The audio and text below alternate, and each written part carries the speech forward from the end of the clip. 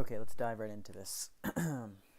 Let's start from the beginning. The question is how most atheists probably would argue and give a point. The point would probably be like God in the Old Testament versus God in the New Testament. And some would argue that, they would say that, hey, look, God in the Old Testament is like a really bad guy. He does all these terrible things. And then in the New Testament, you have this man named Jesus Christ who totally does the opposite, or seemingly the opposite thing, which actually to like, someone who has no idea, has never read this book before, and just heard like the stories about Abraham and Moses and Daniel and Isaac and, you know, all of them, all of the old prophets, you probably say, oh, okay, so this clearly is contradictory in some way. Therefore, this I can already assume it. But like that's just a quick glance. Like you really need to look at it. You really need to like observe it. And like the best way to observe it is to observe the people at that time and how they acted toward God and how they acted toward other people and how God acted towards the people and how God acted towards certain people. So this would be like a different category would be like, so let's just look at, so I'm going to give you an example here.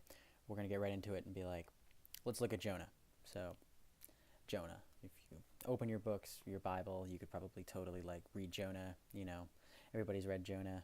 Everybody knows the story of Jonah. Even atheists probably know the story of Jonah, how Jonah got eaten by a giant whale. That's like, oh, wow, right there. Yeah. Eaten by a giant whale. Okay. We'll ignore that fact for right now, even though we probably shouldn't. I know what all the atheists are probably saying. We can't ignore the fact that he was eaten by a giant whale. We're not going to ignore it. We're just going to, that's not the point. That's not the reason why I'm bringing this up. Okay,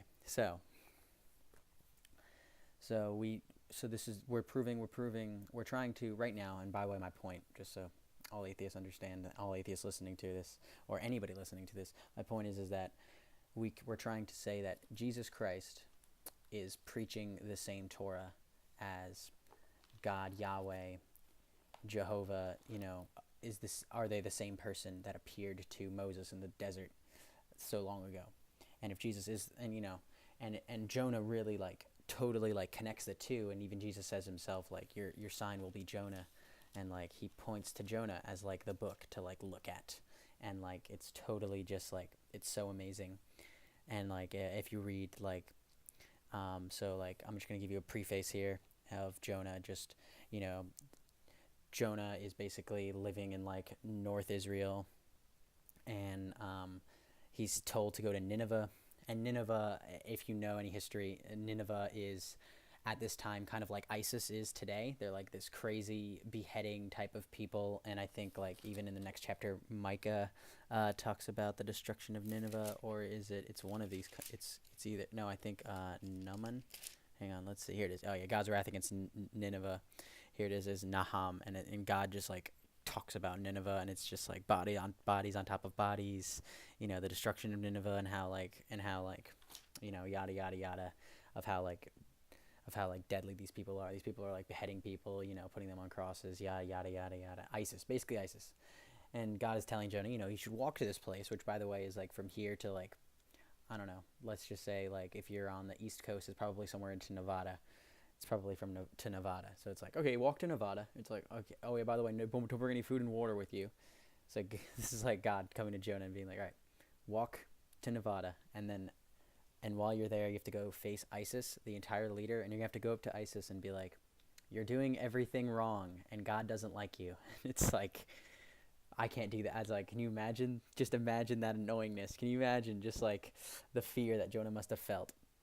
So okay, Jonah bails. He bails on that request, and goes into goes on a ship, and then God causes a storm, so they forced, and Jonah ends up being like, okay, I'm running away from God, and God's causing a storm, and I know what's going on, and this is what's going on, and basically, he gets eaten by the whale. He survives there for 3 days inside the belly of this whale. The whale throws him up, and then he ends up back on the road to Nineveh.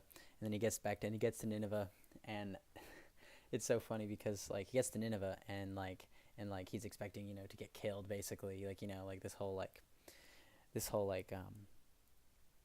destruction and death and like all this stuff. And then But beyond that, Nineveh repents. So like Nineveh actually so like the word reached the king of Nineveh. Here it is. We're reading from 3:8 now. Jonah 3:8. Jonah 3:6. Sorry. The word reached the king of Nineveh, and he arose from his throne, removed his robe, covered himself with sackcloth, and sat in ashes. So he's repenting. He's like, okay, this is what we should all do. And then he issued a proclamation and published through Nineveh, by the decree of the king and his nobles, let neither man nor beast, herd nor flock taste anything. Let them not feed or drink water, but let man and beast be covered with sackcloth, and let them call out mightily to God. Let everyone turn from his evil way and from the violence that is in his hand. Who knows? God may turn and relent and turn from his fierce anger, so that we may not perish. So like he's like, oh, okay, guys, maybe if we say we're sorry, God will totally not perish. So that's what God did. So when God saw that, he turned away from them and relented his disaster. All right. Now in chapter 4 it says, but it displeased Jonah exceedingly, and he was angry. So he's like, and it's like, wait, what? It's like, plot twist. Jonah's actually mad that God forgave them, and that God didn't destroy all of Nineveh. It's like, can you imagine if God was like, no, I'm going to forgive all of ISIS and all of its crimes, and I'm not going to destroy them? And then America would be like, wait, what? God, you can't just forgive these people for doing this. It's like, we have to kill them all. And this is what Jonah's saying. Jonah's like, no, you have to kill them all. And he prayed to the Lord, and he's like, and he's talking to God, and this is prayer. He's talking to the Lord, and he says, "O Lord, is not this what I said when I was yet in my country? That is why I made haste to flee to Tarshish. For I knew that you are a gracious God and merciful, slow to anger, and abounding in steadfast love, and relenting from disaster. Therefore now, O Lord, please take my life from me, for it is better for me to die than to live." So I don't know if you heard that correctly. So basically Jonah's saying, God, I didn't want to come here. I didn't want to come to this ISIS country, because I knew you would forgive them. So it's like, what? It's like, yeah, like I knew you would forgive them.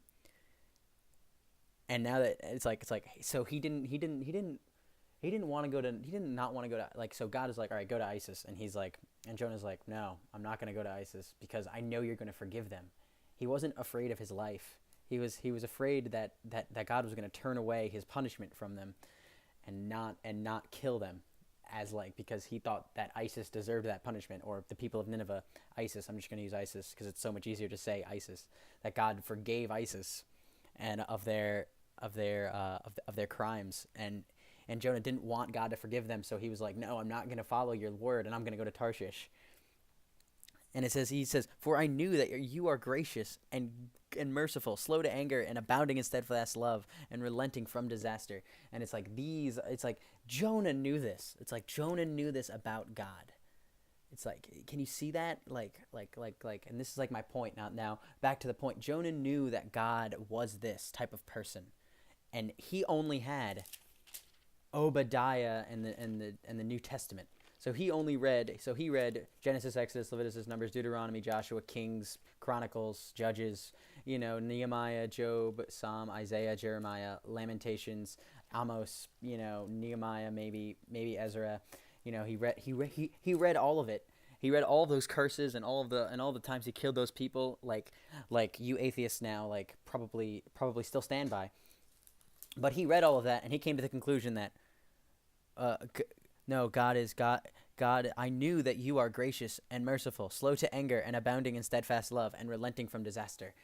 It's like, wait, how did Jonah come up with that conclusion from God, and only read the New Testament? It's like, and only read the Old Testament, and didn't even read all of it. He just read part of it. He just read parts of it. Like, there are a couple of books that weren't written yet when Jonah was alive and doing all these things. But just the fact that Jonah came up with that conclusion to who God was at this moment, he came to that conclusion that, okay, God is a good person. God is I'm just going to read it again for you. So God is merciful, slow to anger, abounding in steadfast love, and relenting from disaster. Basically, God is Jesus. He sounds just like Jesus. He actually acts just like Jesus. And then Jesus comes along and acts just like Jonah describes in this in Jonah chapter 4, and it's like, oh, like that's the point I'm making. The point I'm making is like, is that God hasn't changed, that he's the same person. So clearly it is the same person, as we can see, like from Jonah's knowledge of who God is, and like also from the action of God totally forgiving Isis or Nineveh, in this case, how God just forgave Isis at that moment. Yeah, and then like even like when Jesus comes along, and he's just like, and Jesus comes along and like and even points back to Jonah, and like I love how like scripture just kind of like circles itself, and it's like, and it knits itself together, and it's like, yep, totally solid, and like totally in the so like as we can see that like because even like the Jews back then were like, wait a minute, Jesus, you're not following the things in the Old Testament, and it's like, yes I am. It's like, you just don't know the Old Testament. Look at Jonah, and like he just points like, Jonah will be your sign, and then he's like, so they're all like, the Pharisees are all like, show us a sign, and he's like, no, point, look, Jonah's your sign, I'll give you your sign, Jonah's your sign. And then he like, just read the book of Jonah, and then you'll know. And it's like, wow, it's just that beautifulness, that beautiful full circle